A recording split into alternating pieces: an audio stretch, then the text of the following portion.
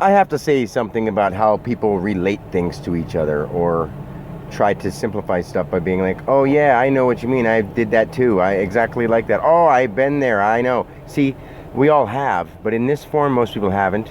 And maybe they're saying it because in a way they're not lying, but in a way they don't know that they're not lying.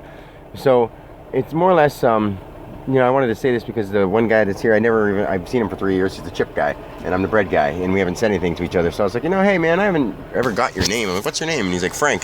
So then I was telling him about this invention I came up with, and he was like, well, that's because you're driving a truck a lot. When you go from stop to stop, you're driving a lot, so your mind just goes wild, and that's why you come up with so many ideas. And I'm thinking like, no, I've always been this creative. It just, I have focus now, and because I focus, I can keep track of what I'm doing and what I'm thinking. And he's like, no, it's probably because you're in a truck. I know what you mean. I do it too. And I'm thinking like, so are you saying that because I'm driving a truck, that would mean that every single truck driver in the world is a genius and invents all kinds of inventions? No.